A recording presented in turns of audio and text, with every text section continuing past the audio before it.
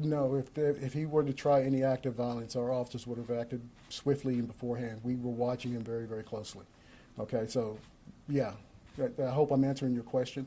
I'm not trying to sound invasive, but yeah, if the officers saw him making any violence moves, they would have acted very swiftly. You know, One second, he was next. Chief, were these guys known to the Richmond Police Department? Were there any encounters of your officers with these guys before this tip came in? No, no, sir, no. Then here, then John. Can you tell us any more about the plot itself? Did they have any particular grudge against a certain group of people? Was it a random attack to get back at?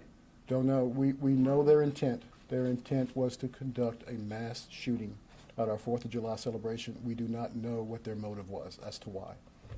John? The history of these suspects, I've been told from sources that one of them at least has been deported several times. Can you comment on that and how frustrating it is for to have some guy come in time after time again, and this is the outcome? It can be frustrating when things like that occur, that people who shouldn't actually be, who are criminals, actually continue to be able to do those type of things. It can be frustrating. But it is very, very encouraging to me when I know that our police officers, especially here at the Richmond Police Department, will continue to do their part. Okay? If they actually do something that actually violates the law, then they'll be held accountable from our perspective and not part of the law itself. Yes, sir. Do you anticipate further charges? I mean, obviously you just got the non-citizen possession of a firearm right now, but it's tough to charge something that didn't happen. But how do you anticipate bringing further charges? If there are any other charges, we will make them. We'll go wherever the investigation continues to lead us. You, yeah. What? No, yes, sir. Go ahead. Could you elaborate a little bit more on the tip that came in? You know, it was a conversation overheard. Could you talk about where it was? I mean, was it, you know, any other details you could provide around that tip that came in? It came from a hero. It came from someone who did the right thing. It came from a hero. And that person, we owe several lives to that one person. And that's what I can say right now. They're a hero. Yes, ma'am. You said the hero overheard a conversation. Was he in a crowd somewhere where he overheard a conversation, or was it a friend of his he heard talking, or can you say anything about how he overheard this? Nope. Don't know how he heard it, but he heard it, and he did the right thing with the information. He put it into the hands of law enforcement, and we are so thankful for him, and numerous families and friends and loved ones are as well. Can you tell us what country these men are from? I cannot right now because I don't remember, but I do think it is somewhere buried in this report that we can get that answer to you. And apologies if you already said this, the timeline of when the tip came in to when the arrest was made, what was the timeline? July 1st. So the same day? Same day it came in, the officers jumped right on it. Did you say July 1st? July 1st. July 1st. Yes. Any other Both men questions? being held remain without bond at the moment, or I believe they don't have any bond at this time, no bond at this time, so they are in the Richmond City Jail at this time. What do you know about how the firearms were acquired? Okay, what do you? Do we know anything about how these people sort of acquired these firearms? It seems like it was done illegally. We will be utilizing our ATF to help us do a trace the weapons and the path that they've taken. Does that answer your question? Okay. Here and then here. And then you, sir. Was the West Broad Street shooting connected to this plan in any way? No, ma'am. Not at all. Here Were and the then here. event organizers at Dogwood Dell ever notified about what you all were doing and what was happening? We had a very robust plan, no. But we were keeping an eye on it. I won't give the details out of what we were doing, but I can tell you that the majority of our police department was working on the 4th. Okay, we knew and we can see what's happening around the country. It was just not only Dogwood Dell that we had a concern about, but we also had concerns about the Diamond and the baseball game as well too. And let me be very blunt as I can be sometimes. This is where these cowards go. Wherever we gather, that's where they want to be. So we know what they will be looking at. So, yes, sir. Kind of along the same lines, did this increase the security plan for July 4th, after July 1st, after this? No, it did not. We were already pretty robust in what we were doing and utilizing a lot of special tactics and things that we were looking at already. This did not did not cause us to do anything extra. It's what's going on in the country that caused us to do what needed to be done. Okay? Yes, sir. Chief, after hearing about Highland Park, what was your reaction? I mean, you had a situation in your own city. I think I'm like any other citizen who's just outraged at this. This has got to stop. It's just got to stop. I may be the police chief, but I'm also a citizen, and it's ridiculous. At some point in time, this has got to stop. This is America, and we have a right to gather, and we should be able to gather peacefully to do whatever we want to do. Were there any details on how they planned on carrying out the shooting? I mean, Dogwood Dell has that tower there, above there. I mean, what was the details on that? If you're asking if we thought they were going to use the high ground, we don't know. We don't have those type of details. Okay? We just know that that's where they were going. Okay? And that's where we would gather as a people. Do you know, will they be in court this afternoon, tomorrow, do you know? I do not have their court schedule, ma'am. Yes, sir. When this tip came in, obviously the department gets a lot of tips. So during your investigation, what kind of led you to believe that this was like a reliable source as far as that's concerned? Like what point in the investigation? When they called. The officer could have blown it off. The officer could have said there's no way, no how, just made a note of it and moved on. The officer at the 2nd Precinct deserves so much credit. It's a phone call. They took the time to take the notes, to take a look at it, make the phone calls, get Homeland Security, get our special investigation involved, and we did our due diligence. Chief, when you made contact on July 1st with the first suspect, did they confess or say anything to you about the other gentleman that led you to believe, okay, this is legit, we got to go in and take what we can now and seize what we got? I don't think it was the statements. I think it's what the officers saw when they walked in there. There was evidence in plain view that corroborated what our hero citizen had told us. So we knew we were on the right track there. Did they let him in the apartment? Did he let the police in the apartment, or was there a warrant? They were allowed into the apartment, yes. Yeah, no warrant. If that answers your question. There was no warrant. Yes.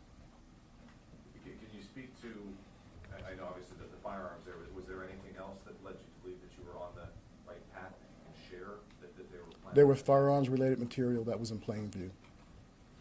But Okay. nothing about indicated Dogwood Dell other than No, the tip? no, other than the tip. Thank you. Thank you. Okay, thank you. I have a question about the retraction of tweets that happened late Friday.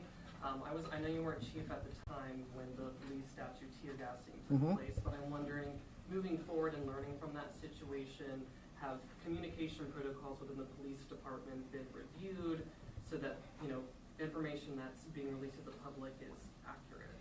Given this situation and what we're dealing with now, I'm going to give it its all due respect and every attention that it deserves, and I'll answer your question at a later time. If you would, speak to the PIO about that, and we'll address that question at a later time. Would the mayor take any questions? Sure, I'll take a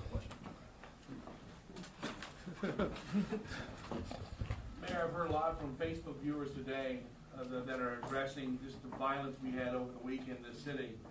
13 people shot, 1 dead, 1 at a popular bar and grill on Main Street. You said that this is an epidemic here. How can we plan to stop this stuff, man? This is the 2nd year in a row we've had record numbers for violence. Well, John, I did say it's an epidemic here in Richmond. It's been an epidemic for generations here in the city. But it's obvious now this is an epidemic all across this country at the moment. Unfortunately, because of the proliferation of these weapons of war and who can get their hands on them, whether you're at home in your cul-de-sac or in your neighborhood or in a park or at a parade, out dining, you have to keep your head on a swivel. And that's not the country that I know I desire to live in. That's not a country that anyone here on stage desires to live in. But those are the facts of the matter at this moment. And there's mayor after mayor across this country who are frustrated by the current state. And a lot of times, us here at the local level, we're grateful for our police departments, but we don't have the tools necessary to stop the flow of weapons into the hands of those who want to harm people. The bottom line.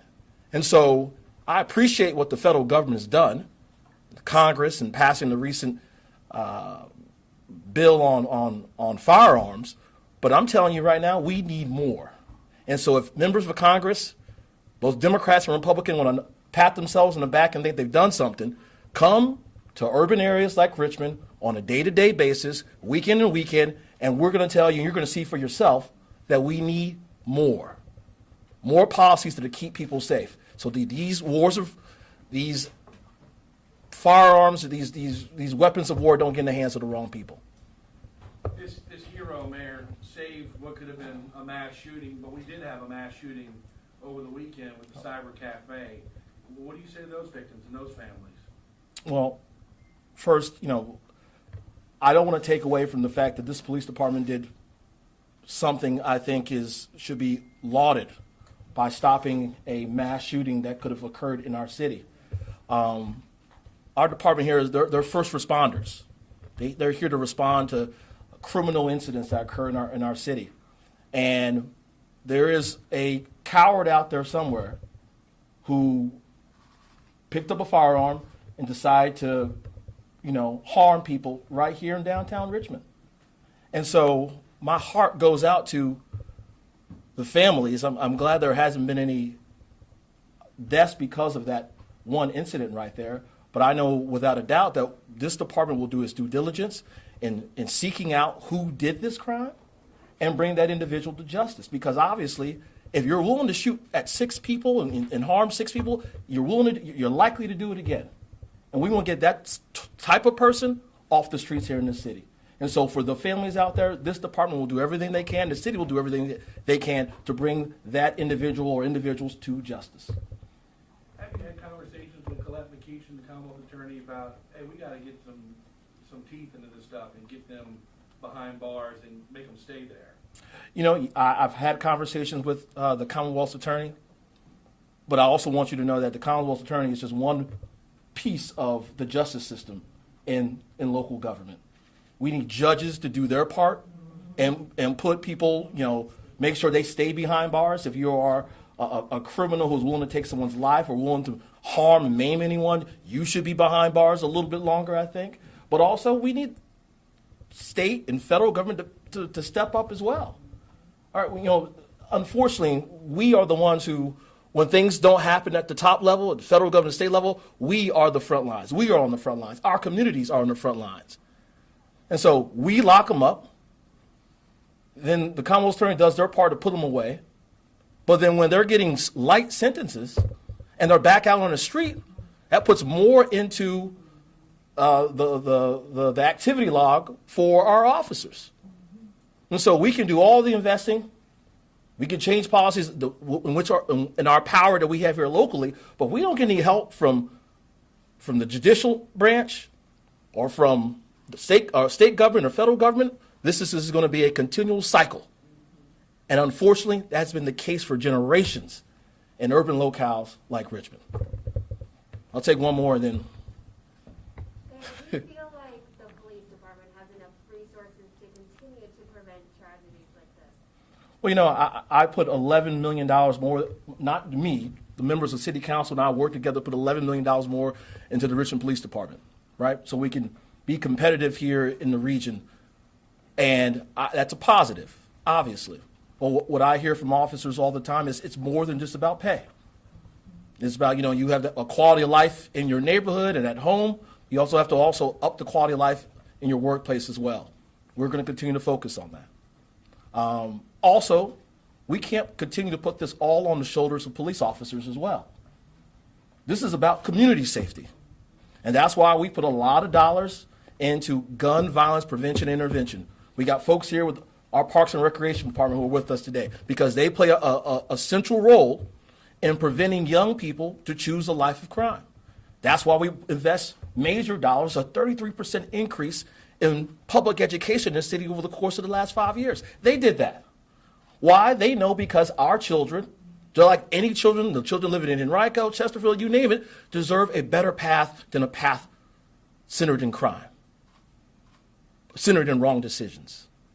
And so we can continue to invest into the police department, but we can't just be tough on crime and say investing in law enforcement is the only answer. We also got to be tough on the root causes of crime. I've said that daily, weekly, until I'm blue in the face. And you're getting the side from me today is that I'm frustrated because we were here to talk about what could have happened on July 4th, and yet we're talking about other things today. So I want to end by saying, let's thank our police department for the job the great job they did to prevent a tragedy in this city. And also take the time to thank them for the tragedies that they're preventing each and every day. That may not involve a mass shooting. It may just involve a kid getting his hand on a gun and someone calling it in. That's our community that's doing that. That's this police department that's doing that. Okay? So take the time to do that, and remember, if you see something, say something. Thank you. Thank you all. Thank you for coming today. We'll be sending a press release to you. If you did sign in and get us your email, we'll also be sending the booking photos. Thank you.